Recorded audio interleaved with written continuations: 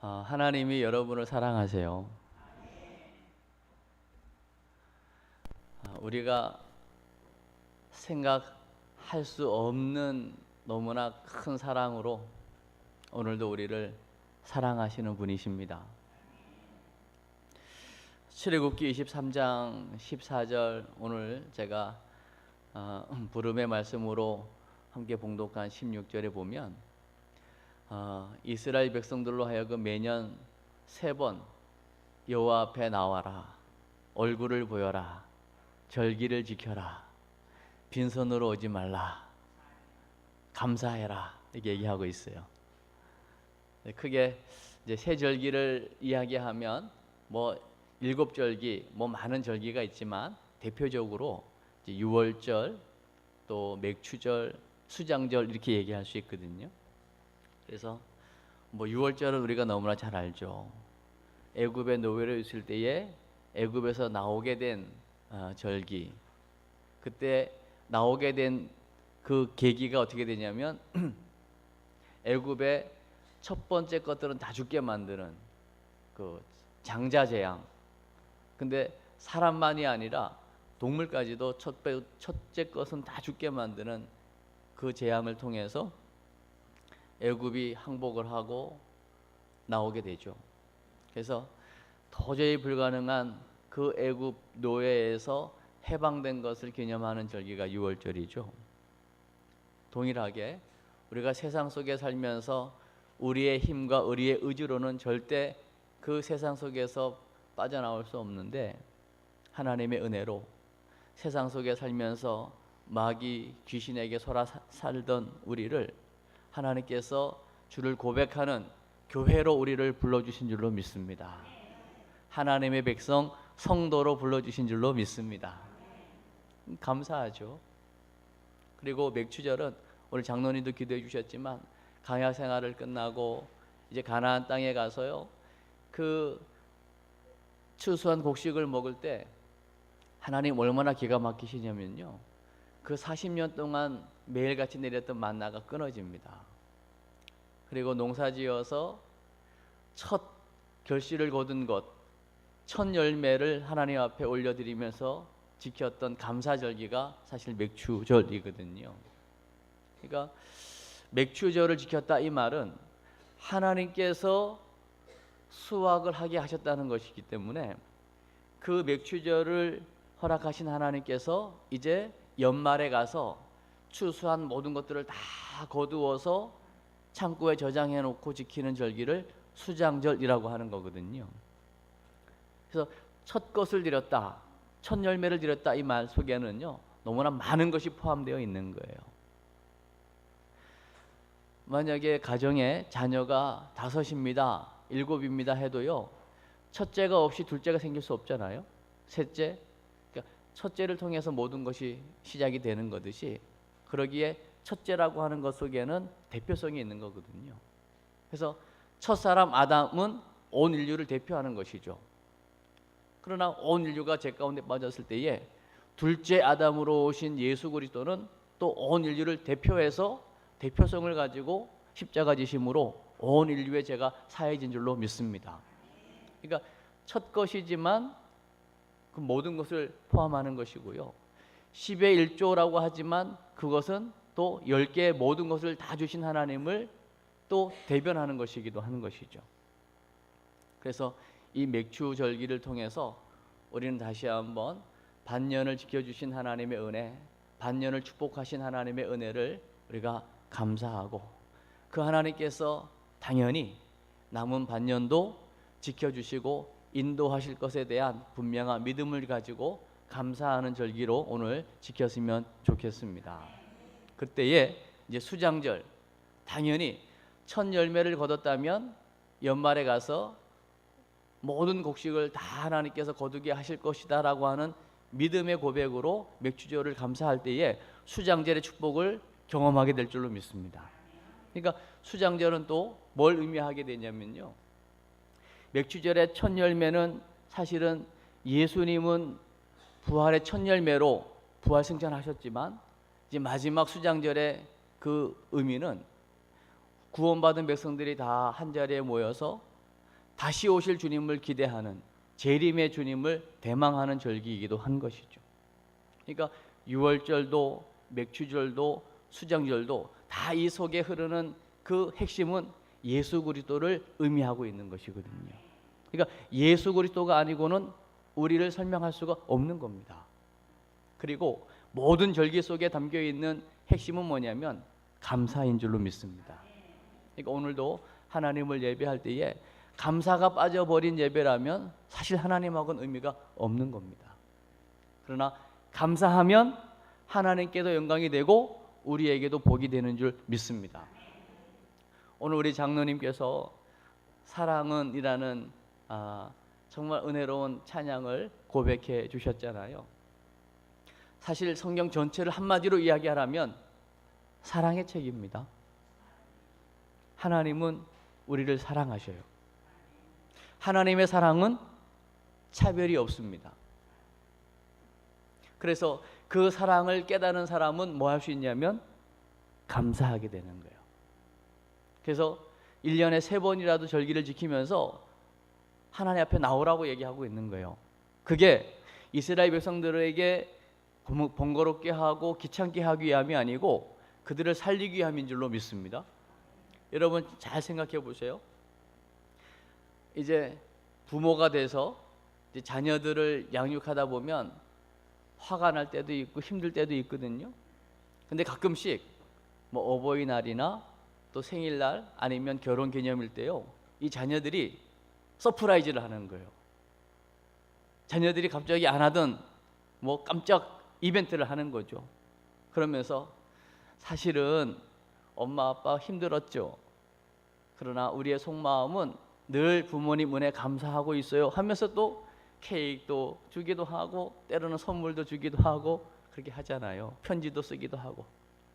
그러면 부모님은 365일 가운데 363일이 힘들었어도 그 한 뭐 결혼기념일 아니면 생일 어버이날 그 몇 번 안 되는 그 이벤트를 가지고 부모님을 그 사랑 고백을 해줘도 감사를 표현해줘도요, 부모는 또 그동안의 고생과 슬픔을 다 잊어버리고 그 자녀들 때문에 흐뭇해하고 행복해하는 게 부모 아닙니까? 그러면 자녀들은 그 부모님을 인정하면서 그 나름대로 뭔가 이벤트를 하느라고 돈이 들었겠죠. 케이크도 사야 되고 선물도 사야 되고 뭐 여러 가지 하려면 돈이 들었겠죠. 그러나 그걸 돈으로 비교할 수 있겠습니까? 그걸 통해서 정말 부모님과 자녀 간의 관계만 온전히 회복되어진다면 이제 앞으로 그 자녀들이 살아가는 삶 속에 힘들고 어려운 일이 있을 때마다 부모님들은 그들이 잠깐 그 깜짝 쇼 할 때 들었던 돈, 그거랑 비교할 수는 엄청난 것들을 계속 공급하는 게 부모님 아닙니까? 마찬가지죠. 하나님의 사랑, 빈손 들고 울지 마라, 감사 표현해라. 이것이 백성들로 하여금 하나님은 돈을 좋아하시는 분인가 봐. 그 개념이 아니잖아요. 우리는 작은 구원의 은혜, 또 수확의 기쁨, 또 마지막에 가서 1년 동안 지켜주신 하나님의 은혜 감사, 이 너무나 큰 감사를 통해서 하나님의 주권을 인정해드린 것밖에 없는데, 거기에 작은 표현을 한 것밖에 없는데, 하나님은 상상할 수 없는, 돈으로 계산할 수 없는, 우리가 헤아릴 수 없는 놀라운 것들로 우리를 복주시는 분이신 줄로 믿습니다. 그거를 훈련하라는 거예요.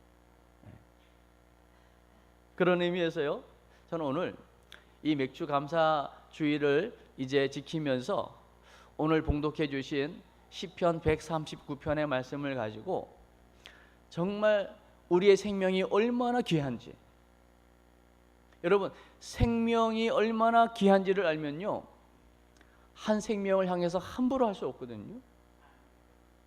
그 생명 존중의 첫걸음이 뭐냐면요, 그 한 생명의 가치를 바르게 아는 것입니다.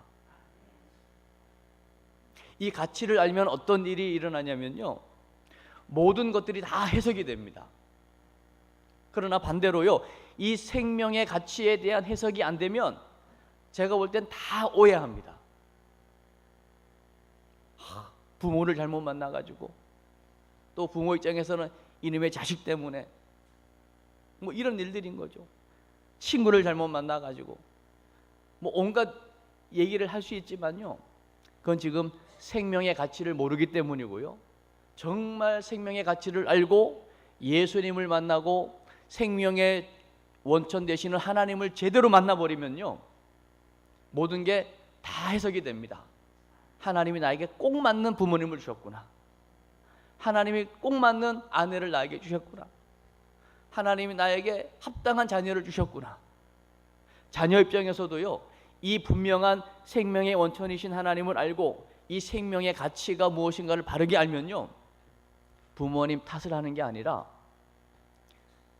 내가 이 가정에서 태어난 것은 최고의 복이구나, 다 해석이 돼요. 다 깨달아집니다. 그리고 모든 것이 다 감사거리가 되는 줄로 믿습니다. 아멘. 그러면 생명 존중의 첫걸음인 이 생명의 가치를 알기 위해서 우리가 가장 먼저 기억해야 될 게 뭘까요? 오늘 궁평의 만나의 1번을 한번 좀 읽어주시죠. 1번 시작. 하나님은 사람을 심히 기묘하게 지으셨습니다. 할렐루야. 여러분, 질문합니다. 하나님께서 여러분을 지으셨음을 믿으세요? 우리가 뭐 이제 자녀를 키우다 보면 이제 뭐 수능도 보고 또 대학을 가고 다 시험이잖아요. 공무원 시험을 보고 이게 다 합격 확률이잖아요. 또 대학을 간다 할 때 몇 대 몇이다 경쟁이고. 그런데요, 정말 그 어떤 확률, 경쟁하고도 비교할 수 없는 확률이 뭔지 아십니까? 정자와 난자가 만나가지고 착상이 돼서 한 생명이 잉태되는 확률하고는요, 그 무엇하고 비교할 수 없는 확률인 거 아세요? 그 엄청난 확률을 뚫고 저와 여러분이 잉태되어서 응애하고 태어난 줄로 믿습니다. 근데 이게 우연이 아니라는 거예요. 하나님의 기가 막힌 주권 가운데 우리의 생명을 이 땅에 허락하신 줄로 믿습니다. 이거를 인정하는 데서부터 생명의 가치는 시작이 되는 거예요. 아멘. 그러면요, 어떠한 모양으로 태어났든지 생긴 것도 다르고 또 때로는요, 이 기능도 다 다르잖아요. 누구는 뭘 잘하고 누구는 뭘 잘하고 다 다른 이 다름이요, 다 하나님의 그 기가 막힌 솜씨로 이해가 다 되는 것이죠. 그래서 다윗이 사실은 막내로 태어나서 많은 어려움들이 있었잖아요. 도망자의 삶도 살았고요, 왕이 돼서도 뭐 여러 가지 어려움들이 있었고, 그 자녀들 때문에 당하는 그 말로 다 할 수 없는 고통도 있었거든요. 그러면서도 오늘 다윗이 고백하는 그 고백 속에는 뭐가 있냐면요, 하나님의 주권을 인정하는 것입니다. 내 생명이 우연이 아니고 하나님의 분명한 계획 가운데 나아졌다. 그러기에 하나님은 나를 분명히 알고 계신다, 이 확신. 그래서 여러분 지금 139편을 펴놓으셨을 거라고 제가 믿고요, 몇 절만 좀 확인을 하겠습니다. 우리 1절을 한번 좀 읽어보겠습니다. 139편 1절입니다. 시작. 여호와여, 주께서 나를 살펴보셨으므로 나를 아시나이다. 아멘입니까? 하나님이 여러분을 지금 살펴보고 계신다고 믿으세요? 그러면 당연히 2절입니다. 시작. 멀리서도 나의 생각을 밝히 아시오며. 여러분을 지켜보시는 하나님께서 여러분 지금 앉아 있는지 서 있는지 무슨 생각하는지 아시겠어요? 모르시겠어요? 정말입니까? 아는데 하고 뒷말 하지 마세요. 아셔요. 정말 이 사실을 믿으면 사실은 여러분 염려, 근심이요 거의 반으로 줄어버릴 겁니다. 아멘. 이 사실을 믿지 못하면 내가 이 세상을 살아가야 되니까 얼마나 힘들겠어요? 통계해 보니까요, 이제 경향신문 사설에 나왔던 글 중에 이런 게 있어요. 고등학생 10명 중에 4명은요, 내가 죄를 지어서라도 만약에 10억이 생긴다면 10억을 받고 내가 1년 동안 감옥에 가 있을지라도 나는 감옥 가겠다.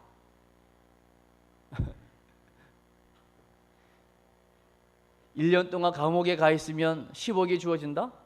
그러면 나는 죄 짓고 감옥 가겠다. 이게 지금 뭘 대변하는 거죠? 지금 아이들의 그 생각 속에 돈이면 뭐든지 다 된다라고 하는 생각이 들어있는 거예요.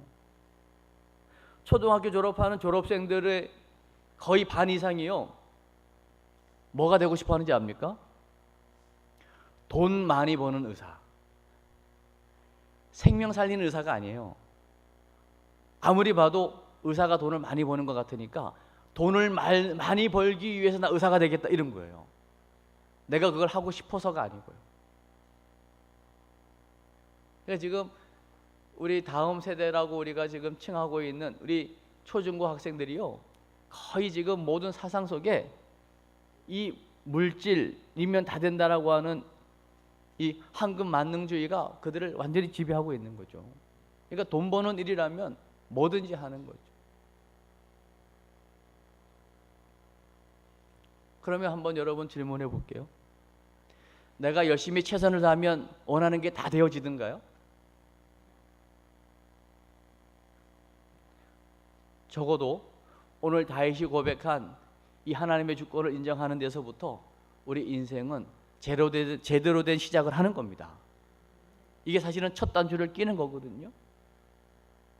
사울이라고 하는 청년이 열심히 특심이었기 때문에요, 예수 믿는 사람들, 예수가 그리스도, 그건 말이 안 되기 때문에 예수 믿는 사람들을 잡아 죽이는 것이 하나님 앞에서 최고로 잘하는 줄 알았거든요. 몰랐던 거죠. 그래서 이제 말을 타고 다메섹에 힘있게 막 달려가다가 화가 나니까요, 먼 거리도 더 이상 문제가 되지 않는 거 있죠. 홧김에. 그러다가 빛 가운데 부활하신 주님을 만나게 되거든요. 사울아, 사울아.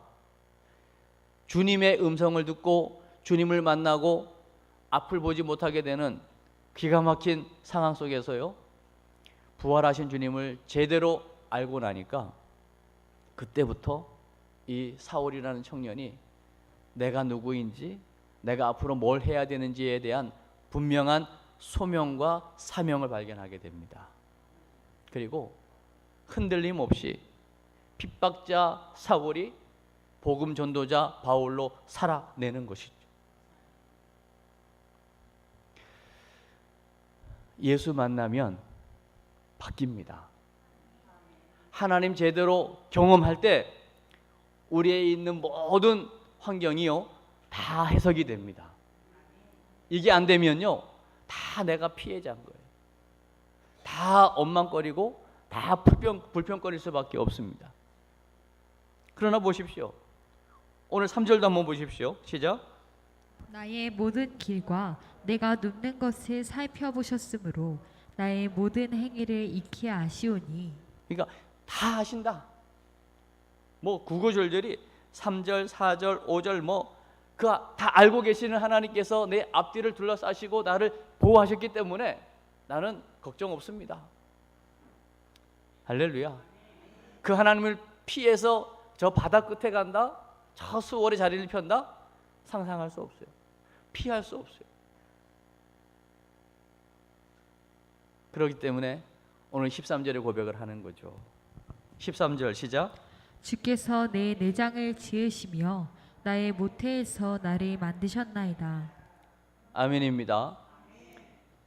이미 하나님께서 모태에 있을 때부터 하나님은 저와 여러분을 계획하시고 엄마 뱃속에 잉태케 하신 분이셔요. 오늘 확실하게 이 부분을 아멘으로 좀 받아보시기 바랍니다. 14절도 보십시오. 시작. 내가 주께 감사하옴은 나를 지으심이 심히 기묘하심이라. 주께서 하시는 일이 기이함을 내 영혼이 잘 아나이다. 할렐루야. 주께서 나를 지으셨는데 얼마나 기묘한지, 때로는 두렵고 놀라울 정도로 아멘이죠. 한번 이제 옆에 있는 분의 얼굴을 한번 보십시오. 부담스러우시죠? 하나님의 형상, 하나님의 작품 중에서도 걸작품입니다. 한번 좀 한 두세 가지 칭찬을 좀 하게끔 하고 싶은데 얼마나 기이합니까? 그 지금 한동대에 교수로 있는 이지선 자매라고 있거든요. 그 자동차 사고로 화재를 입어가지고 뭐 거의 죽은 거나 다름없는 상황 속에서요, 정말 말로 다 할 수 없는 그 상처로 입은 아픔, 상처, 당신은 아무리 수술을 해도 사람 고시를 못합니다. 완전 절망의 상황에서 하나님을 만나니까요, 그 최악의 상황도 다 해석이 되어서 희망 전도사로 세상 앞에 당당하게 이름 석자 이지선을 드러내는 거예요.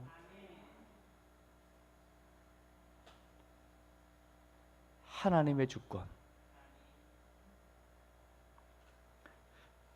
그래서요, 궁평에 만나 2번을 한번 읽어주십시오. 시작.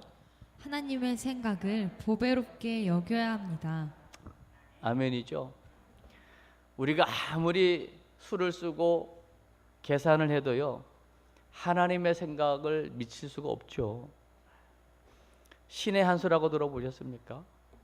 하나님의 그 수, 그 하나님의 계산, 그 하나님의 방법, 그 하나님의 보배로우신 그 무한한 생각을 어찌 우리가 헤아릴 수가 있겠습니까? 그래서 오늘 2번을 읽으셨는데요, 그 밑에 내용도 한 번만 읽겠습니다. 시작. 다윗은 시편 139편 17절에서 하나님이여 주의 생각이 내게 어찌 그리 보배로우신지요 라고 고백하고 있습니다. 자기의 생각이 보배로운 것이 아니라 주의 생각이 보배롭다는 것입니다. 그리고 18절에서는 하나님의 수를 세려고 해도 모래보다 많아서 셀 수도 없다고 말했습니다. 자기가 아무리 머리를 짜내고 생각을 많이 해도 하나님의 생각과 수를 따라잡을 수가 없다는 것입니다. 하나님의 생각을 가장 보배롭게 여겨야 합니다.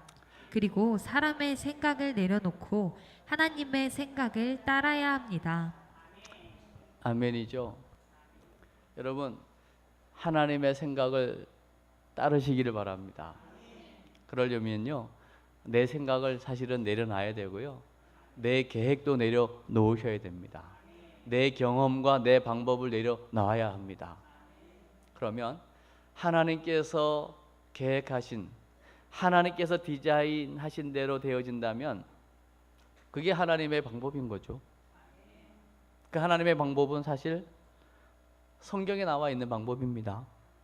그래서 우리 이제 궁평교회가 하나님의 말씀에만 순종하며 나아간다면 하나님께서 우리 궁평교회를 향한 하나님의 생각, 그 보배로운 생각대로 우리 궁평교회를 이끌어 가실 줄로 믿습니다.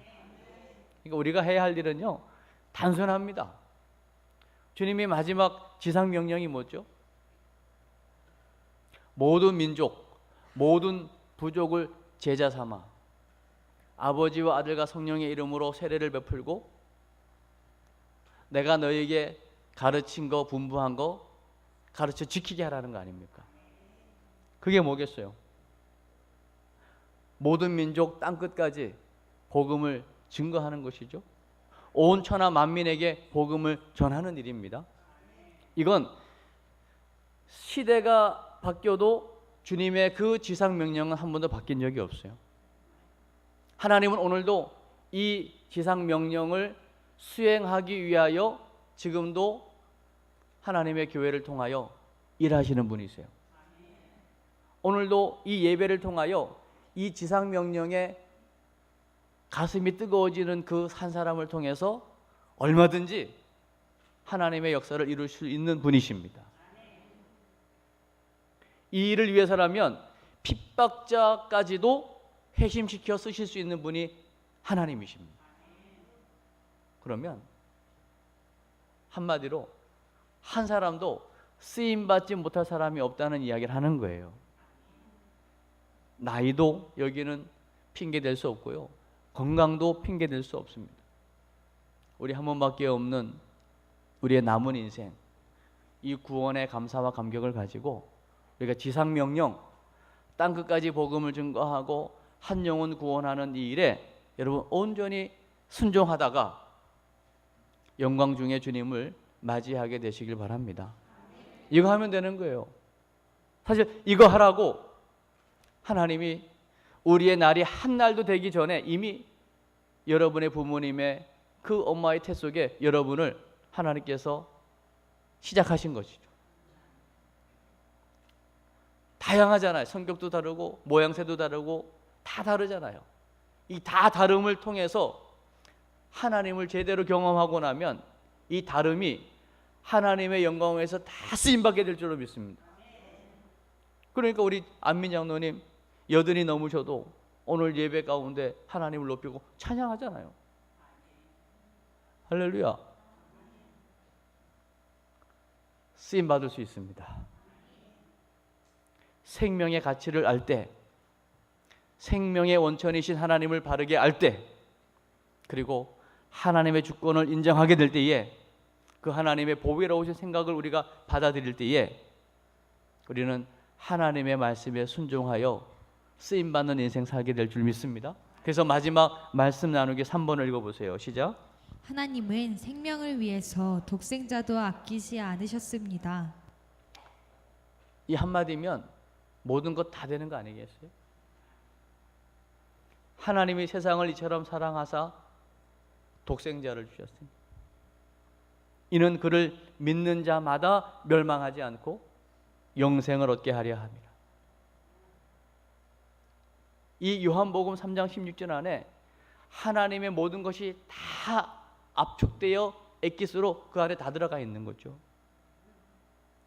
이 하나님의 사랑을 경험하고 나면, 이 하나님의 이끌는 사랑이 경험되어지면 세상은 이미 바뀌어 있는 거예요. 오늘 이 요한복음 3장 10절의 엑기스를 오늘 우리 장로님 찬양을 통하여 고백해 주신 거죠. 그 사랑을 알면 모든 사람이 다 사랑스러워 보이는 거죠.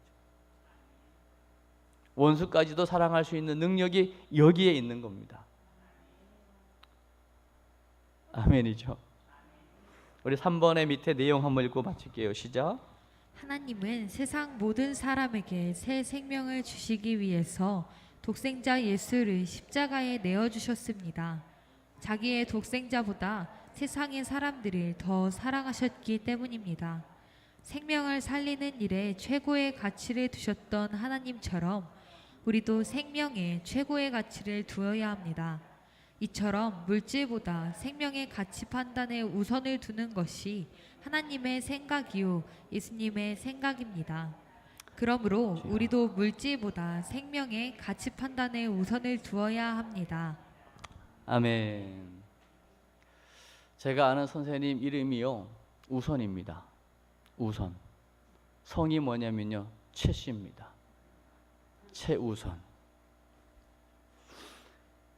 이름이 최우선인데 그분은 예수를 모르시더라고요. 여러분, 우리 생애에 최우선이 물질보다 생명에 있기를 바랍니다. 그리고 생명을 주신 하나님께 여러분의 관심이 최우선 되기를 바랍니다. 생명의 원천이